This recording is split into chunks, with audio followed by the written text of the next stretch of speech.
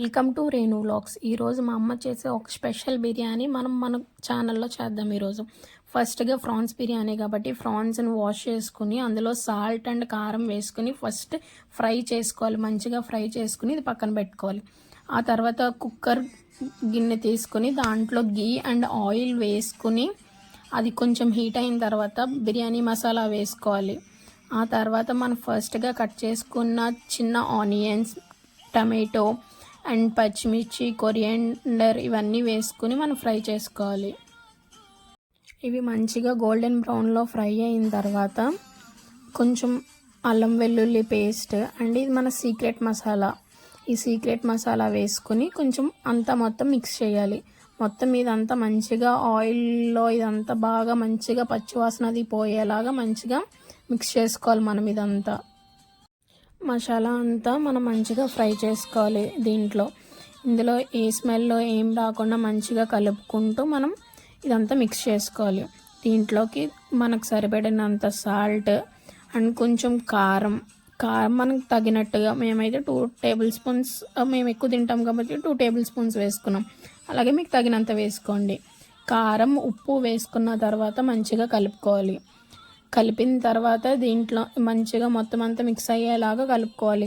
కలిపిన తర్వాత మనం వాటర్ యాడ్ చేసుకోవాలి. దీంట్లో మనం ఎంత రైస్ అయితే క్వాంటిటీ తీసుకున్నామో దానికి కొంచెం డబల్గా వాటర్ మనం యాడ్ చేసుకోవాలి.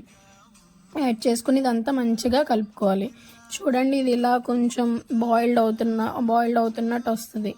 ఇలా మంచిగా బాయిల్ అవ్వాలి. నేను ముందుగానే రైస్ అనేది తీసుకుని నానబెట్టుకున్నాం మేము. ఇలా బాయిల్ అయిన తర్వాత మనం ఈ రైస్ చూపిస్తున్నాను కదా, ఇది ముందుగానే నేను 1 అవర్ ముందు నానబెట్టుకున్నా. ఇలా మంచిగా నానబెట్టుకుని కడుక్కొని పెట్టుకున్నా. దీన్ని ఇప్పుడు మనం బిర్యానీలోకి యాడ్ చేయాలి. మేమైతే బాస్మతి రైస్ ఏం తీసుకోలేదు, నార్మల్ రైస్ తీసుకున్నాము. నార్మల్ రైస్ తీసుకుని మేము సోక్ చేసుకొని పెట్టుకున్నాము. దీన్ని ఇప్పుడు మనం బిర్యానీలోకి యాడ్ చేసుకోవాలి. మొత్తం అంతా యాడ్ చేసుకొని వాటర్ లేకుండా ఏం లేకుండా మనం యాడ్ చేసుకుని ఇక్కడ సాల్ట్ సరిపోకపోయినా మనం సాల్ట్ యాడ్ చేసుకోవాలి. అలాగే మనం ముందుగా కలిపెట్టుకున్న ఫ్రాన్స్ ఉంది కదా, ఆ ఫ్రాన్స్ కూడా దీంట్లో యాడ్ చేసేయాలి. యాడ్ చేసేసి మొత్తం అంతా మిక్స్ చేసి ఆ తర్వాత కుక్కర్ మళ్ళీ మూత పెట్టేసి దానిపైన మనం విజిల్ పెట్టేయాలి. ఇలా 3 విజిల్స్ వచ్చిన తర్వాత మనం కుక్కర్ అనేది ఆఫ్ చేసుకోవాలి.